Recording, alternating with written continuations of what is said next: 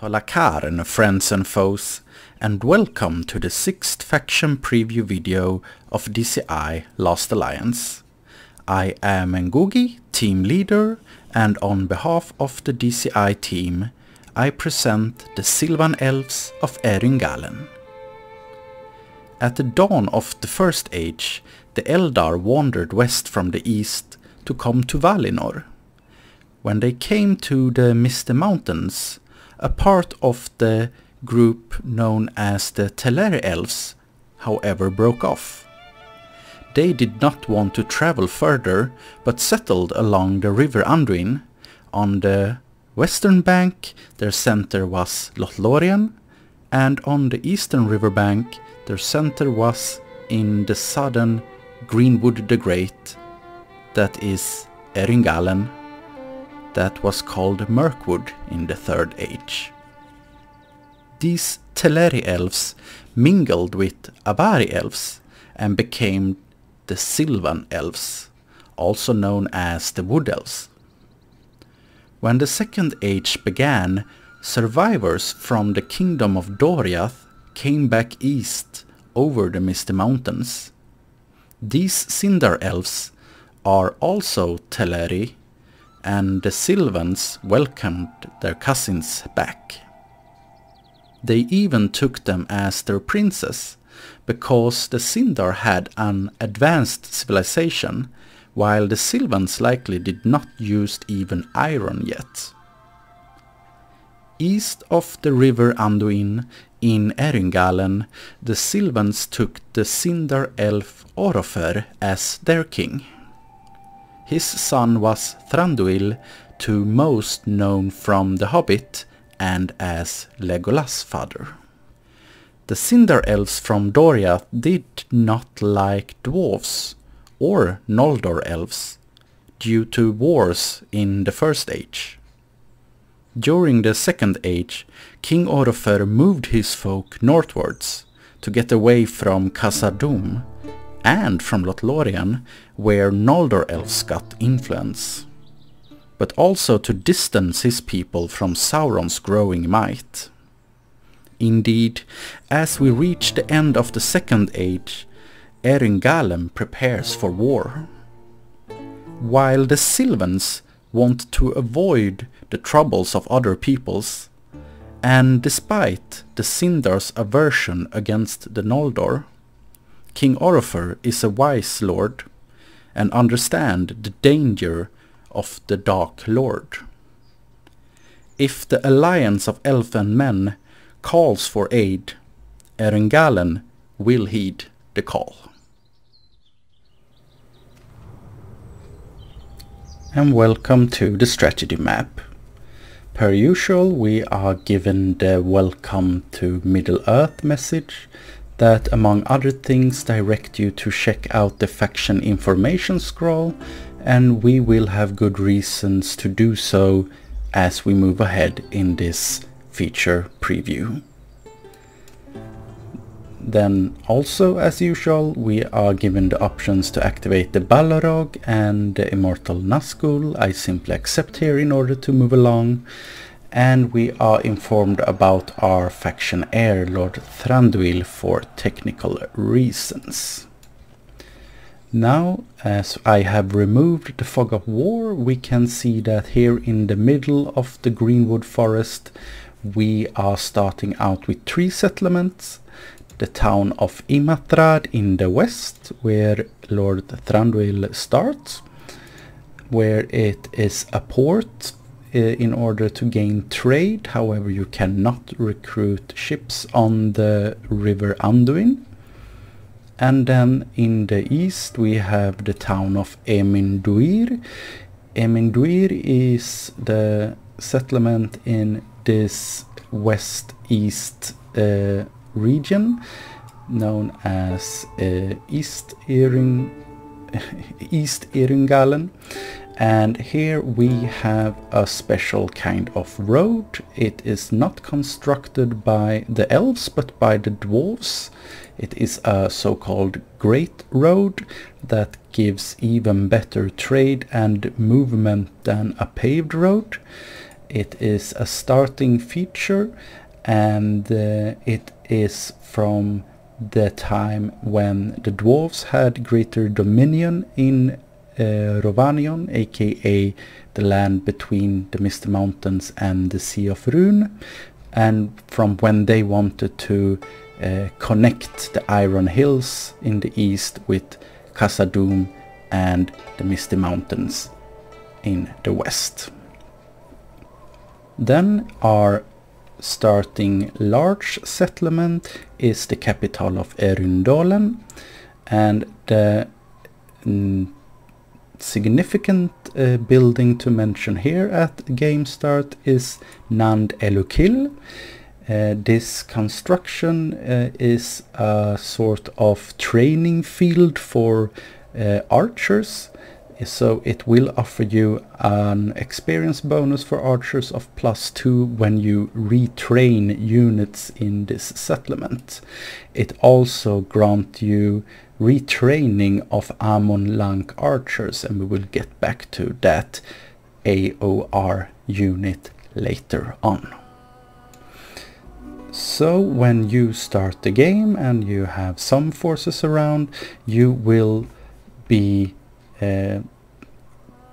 tactical or strategical in capturing the settlements in the forest, since Eryn Galen, being elves, has best replenishment rate and best unit pools in forest, meaning that you can field best armies using settlements that are in forests. And you will have to consider your diplomatic situation.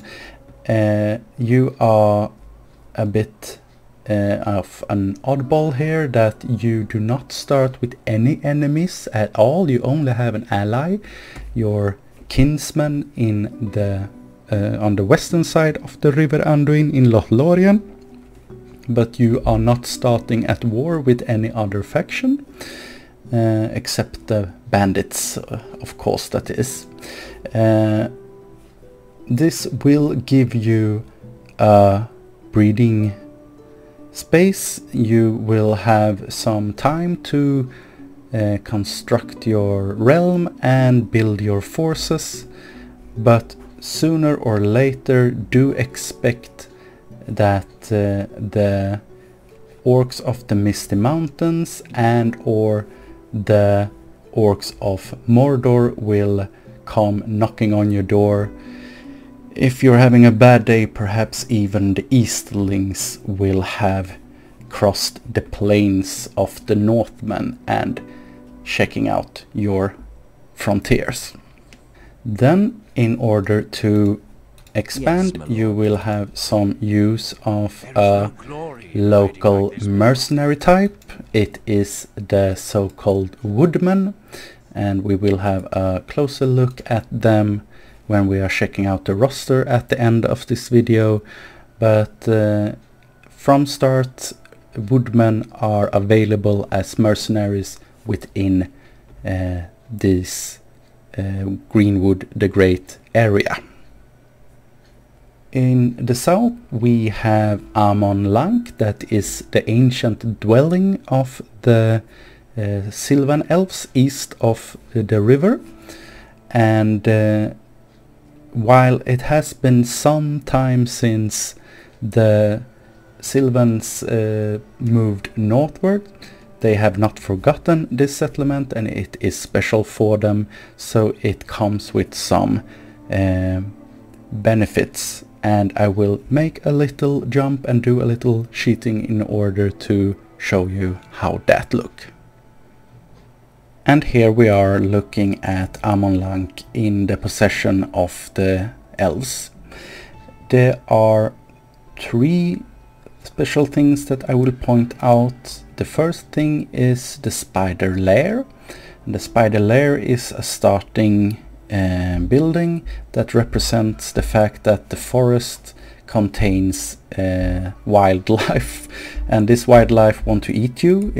Of course, it is the spiders of the forest who will give you a penalty to public order in the form of -5%. So if you, for example, construct a mustering hall, that will give you a bonus of 5%, but that will be nullified by this -5% from the spider layer. So it's a little bit harder to hold public order in Amon Lanc. However, we have some other benefits to this settlement. The first one is for Eryn Galen only. It is so that while this settlement starts as a hold, that equals a Mutt and Bailey, it will, when you have upgraded one step, be able to construct the bowyer. And in the first level of these ranges, you will have the ability to recruit the Amon Lanc archers. The Amon Lanc archers are elite archers with a fair armor and big two-handed axes. So we will get back to them at the end of this video when we are looking at the roster.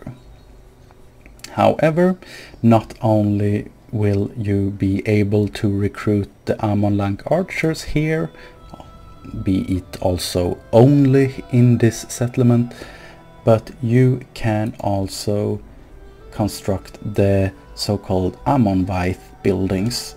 They will, at the level of stronghold, that is wooden castle and a stone castle, be able to construct these buildings that give you a population growth bonus, something that otherwise is limited only to civil settlement. So it's quite a rare and unique feature. Units are as a rule available one level earlier, so units that are available at the 4th level barrack in a city are available in the 3rd level barrack in a keep. So you want these castles because they are very useful in order to muster your armies.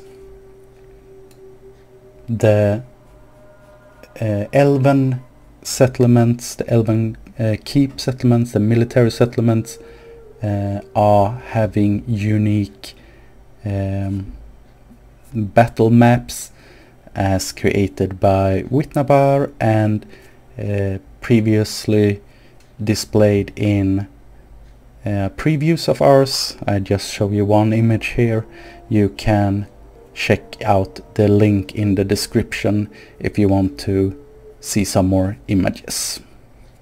As the game starts, you are starting with King Orofer, who is having a son, Lord Thranduil. King Orofer is having an ancillary, being the king, and is starting as the commander of Eryn Galen. He has a biography with many benefits. He has the special ability called Moriquendi that boosts combat effectiveness, however slightly decreases defense and afterwards fatigue, so use it with some care. He also dislikes dwarves, so if you end up in a war with the dwarves, he'll be happy to be first in line. But also likewise with the high elves from Lindon, he are happy to pick a fight with them as well. His son is starting with the Next Heir ancillary and a biography of his own.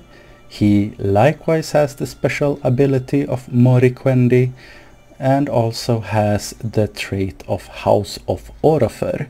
This House of Orofer will allow you to track sons in direct lines, so that you will know that sons of Orofer or of Thranduil who are in direct lines will inherit this trait, so that you may keep track on whether a general is married into the family or if he is a direct son, but it will also grant you some extra authority, meaning it will be more likely that those who are direct heirs become the new kings. Also, and lastly, the starting general of Galleon, who has the musician's ancillary. He has the special ability of Lembas, and as we can point out here, all elven generals in all 3 elven factions have this trait Healing Arts that give +5 battle surgery, so that you may recover fallen soldiers after the battle.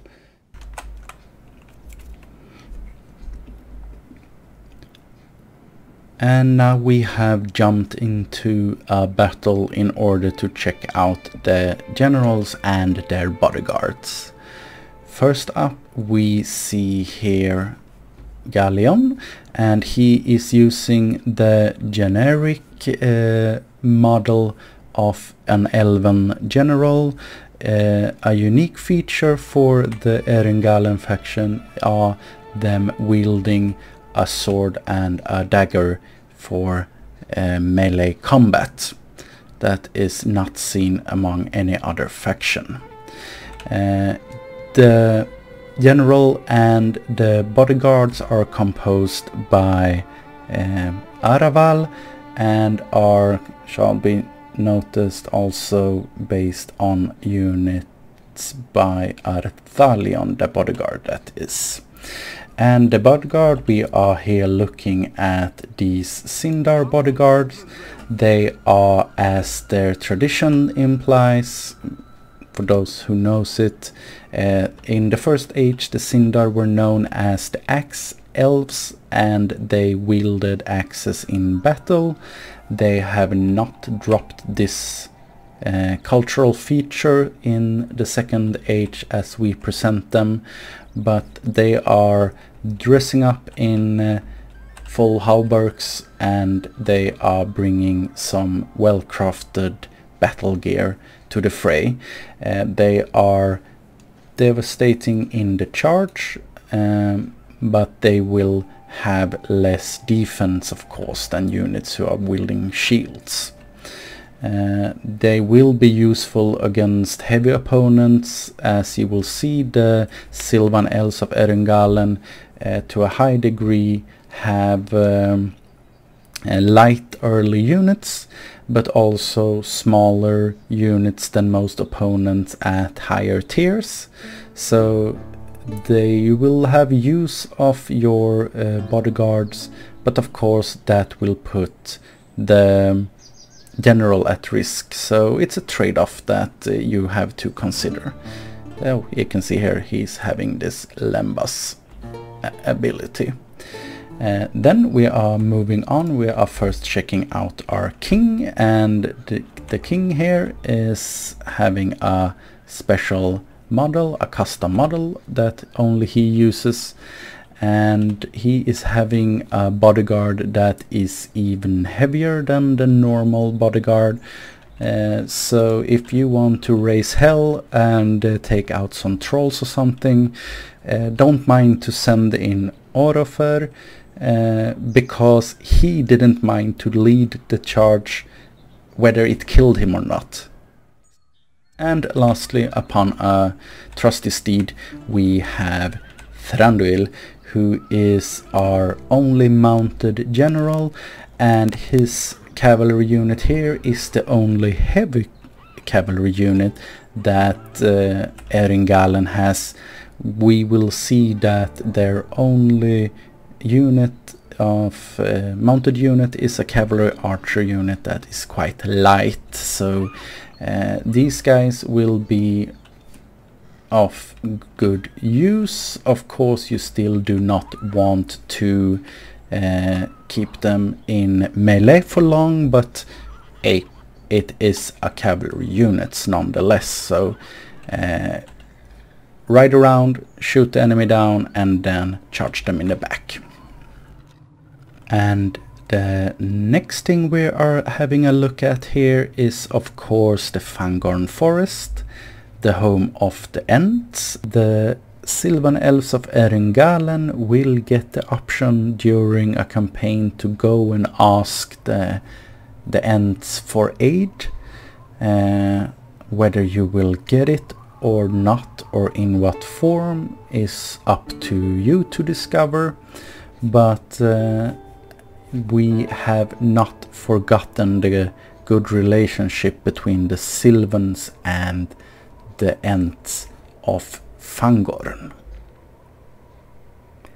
Another feature that will bring us to the faction information scroll are also unique to the Silvan elves.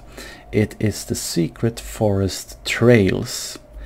They are the options to use paths in the deep Greenwood forest, and to check out what that is, we will enter the secret forest trails scroll using Shift T.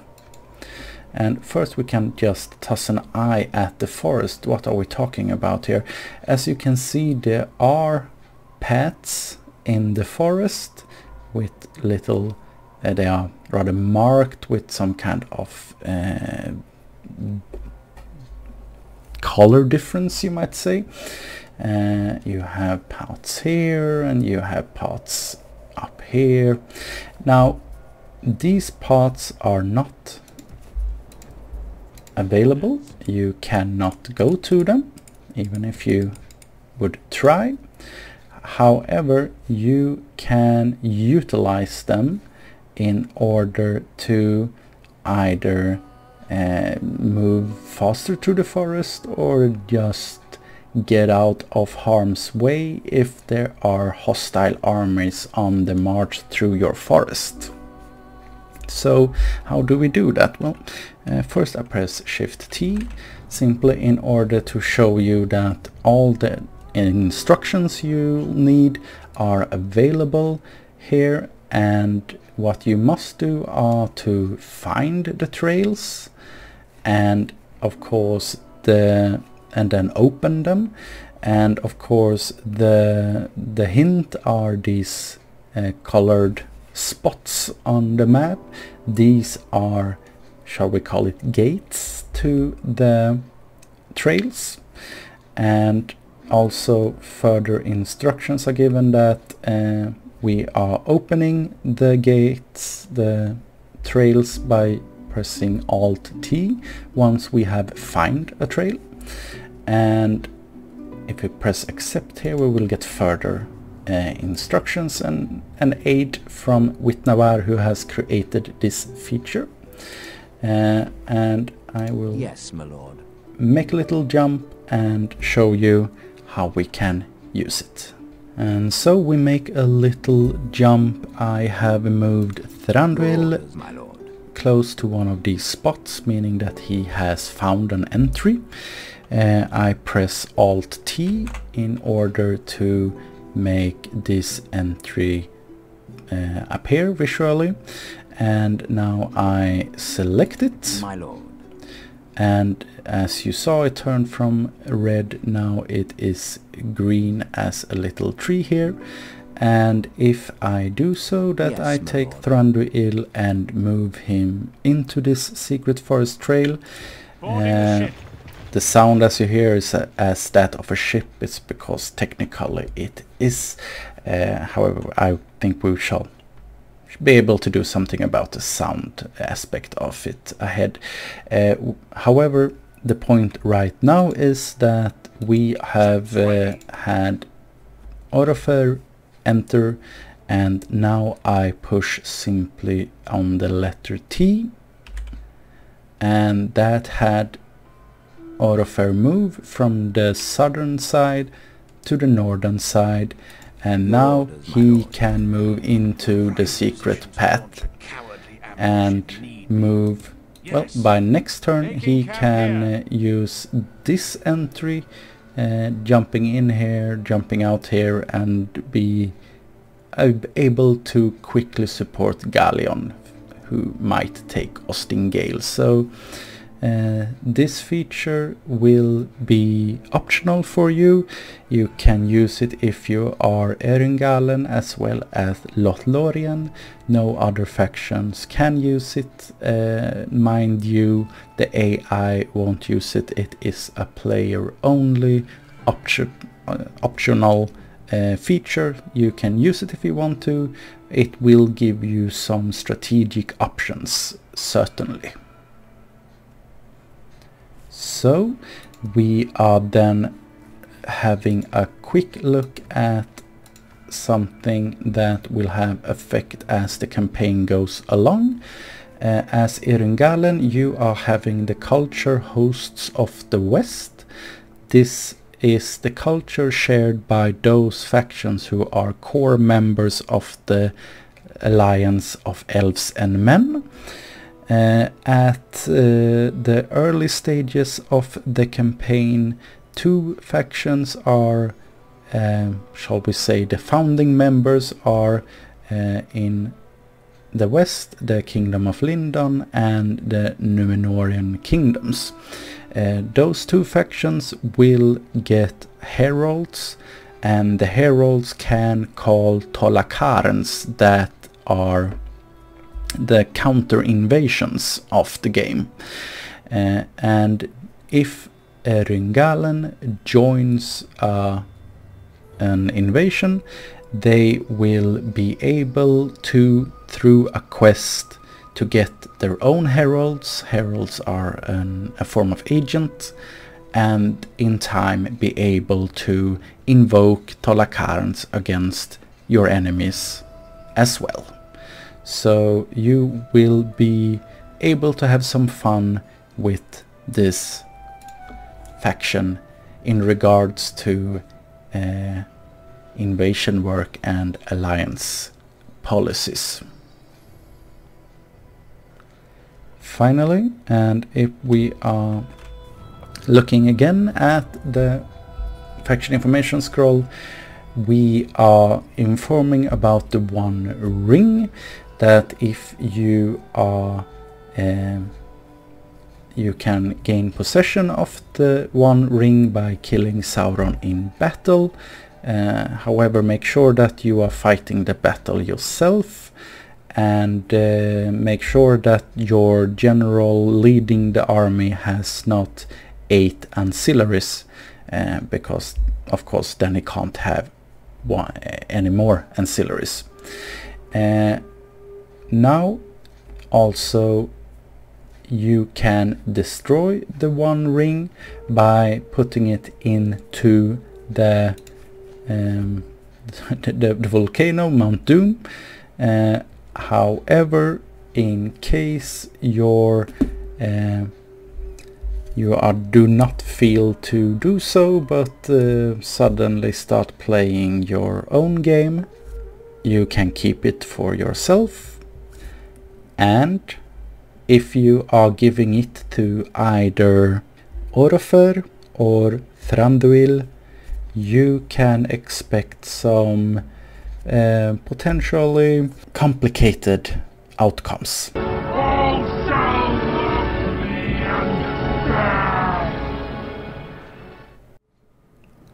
And welcome to the battlefield. First, we should take the time to remind ourselves that the battles of DCI Last Alliance will be won only through blood and iron.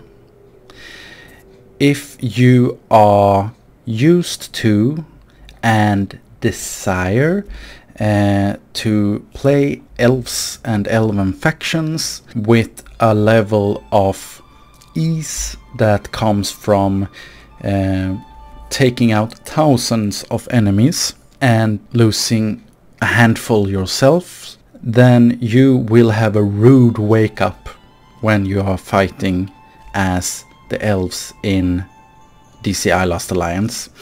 It is of course so that one-on-one the elves are greater warriors. However, they are limited in numbers. Their enemies will make use of this, and of course the armors of the enemies will make a difference. We will not have cases as in say the latest The Hobbit movies, where it seems that you can kill heavily armored opponents with a spoon. Do not expect elves to be Kratos from God of War.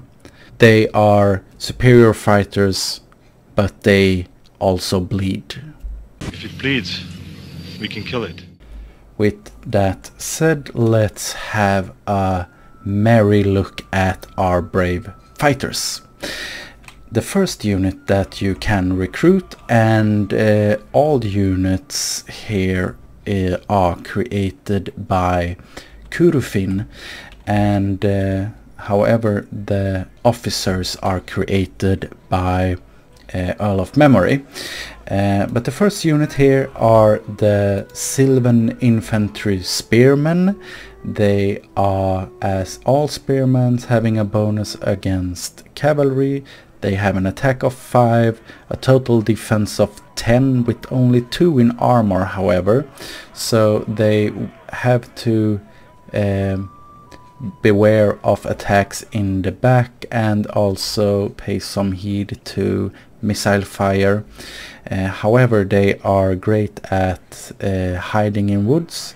They will have a bonus fighting in woods as all of their kin, and that is not noted yet, but it will be visible before we release the game. And they can form the Tangail. The Tangail is of course the same thing as a skiltron, so that will help them hold certain places on a battlefield. But being light infantry, they are not so great at holding a line against heavy foes for too long. However, being able to hide very well, they can launch ambushes and such. You will be happy to, by their side, have recruited some woodmen who, as noted, are mercenaries, but I put them here in this line because you will utilize them early on in the game. They are having about the same defense, 1 less armor, and the same attack, but they are of course being effective against armor. Oh, and another note, 151 soldiers in the unit is very rare for an elven faction. The Silvan elves are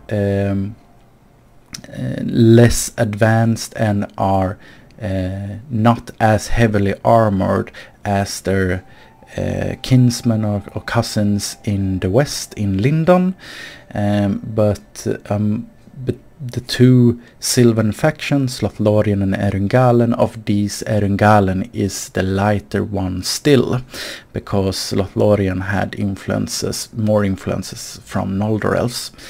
So we have made the Eryn Galen Silvans the lighter ones, the lightest elven faction. However, they balance up this by having a little more soldiers in each unit. So as you can see here, we have 138 for the best units and even only 113, but expect that to be a common feature among elven units. So to have 151 in the Silvan infantry unit is valuable in itself.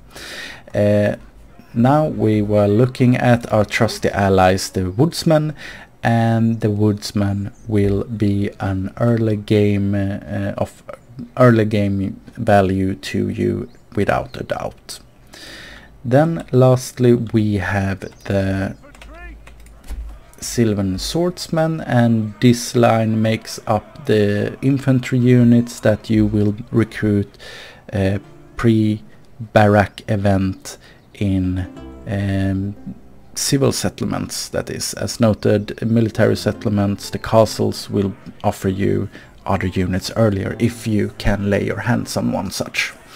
But being infantry, being swordsmen, they are having a default advantage against other infantry, especially that is spearmen.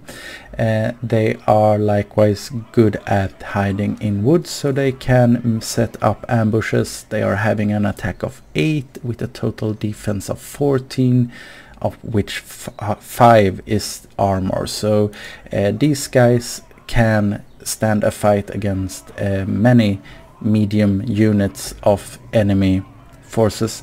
However, they are only 138 as well, so they are a bit weak in just that regard. Then the early game archers are on one hand the Silvan archers.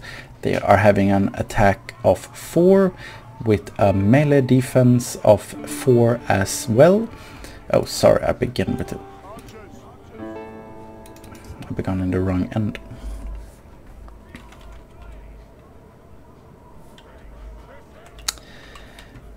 Then we move to the archers, and we are looking here at the Silvan archers. They are having a missile attack of 4. They are expert at hiding in woods to set up ambushes.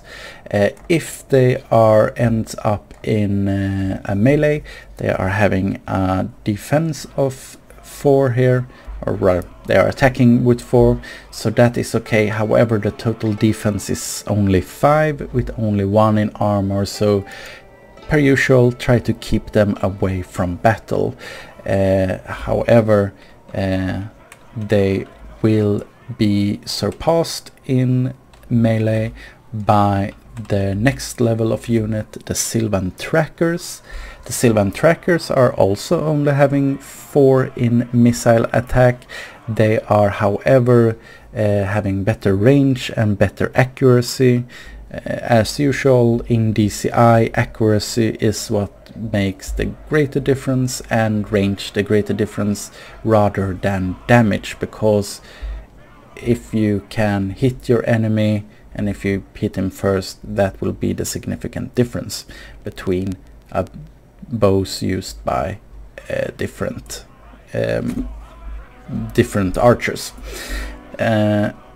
They are having a total defense of 9, still only 1 armor. However, they are, as we can see on their backs, or rather over the shoulders, they are having spears, meaning that if you are attacked by enemy cavalry mounted units, they will be efficient at taking them down. So they will have a better, shall we call the endurance over a campaign, because they will be able to take out attackers faster. Then we have the only recruitable cavalry unit. This is the so-called Silvan hunters. They will burst around the battlefield, taking out enemies with their bows before they can enter melee, and you can hunt down enemy fleeing forces with them. Avoid using them in melee if you can, unless it is a charge into a back, because as noted, they are light, they are having no shields, but they will nonetheless be appreciated, since you will always have use of some kind of cavalry. And indeed, as we are now reaching the top tier units, and considering their low number, as we will see here, already sees here,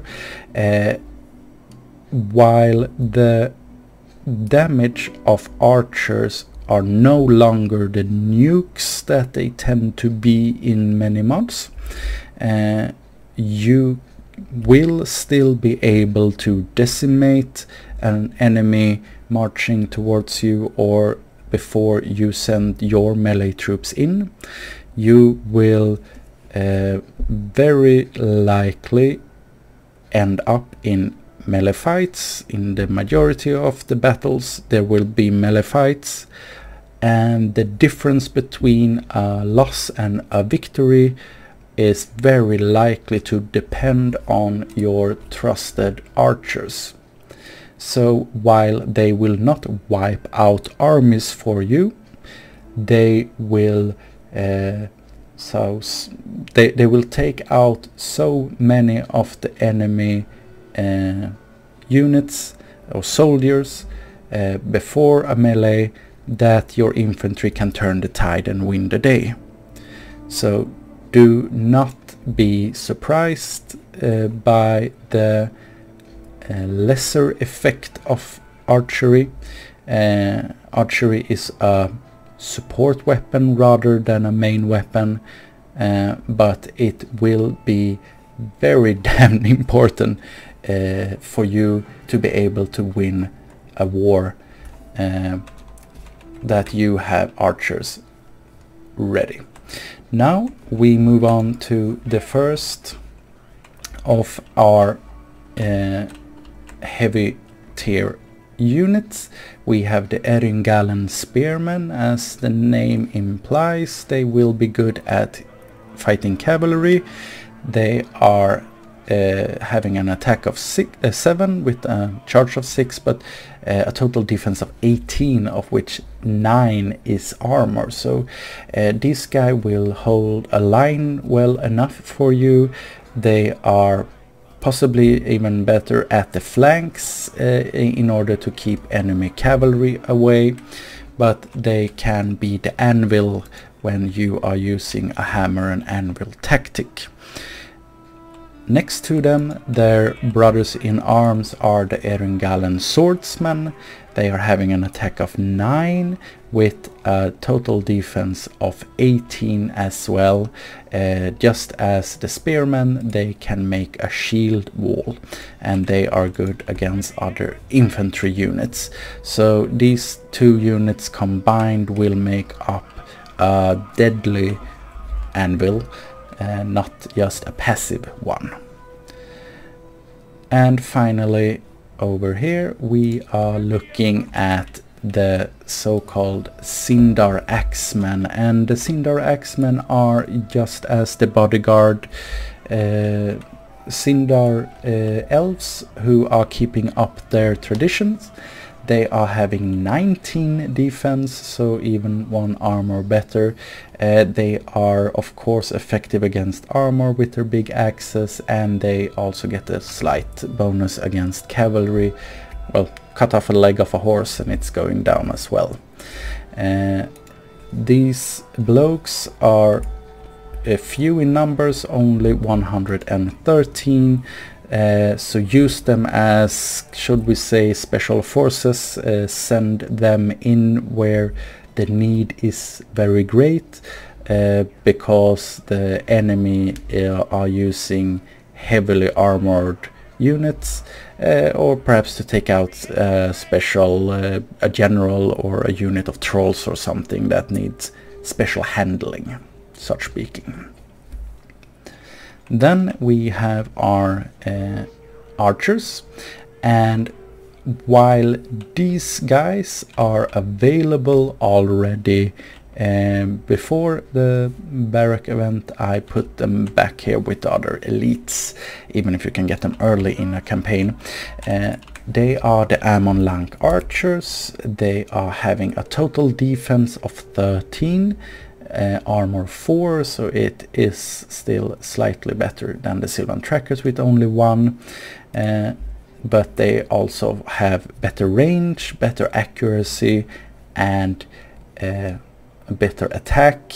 They have 5 in missile attack, but then we have, as we can see, we have a melee attack of 7, and on their back it is quite visible here that we have axes, two-handed axes, meaning that if they get attacked by, they should, as all archer units, of course, try to avoid melee, but if they are forced to enter it, they can take down heavily armored enemies as well.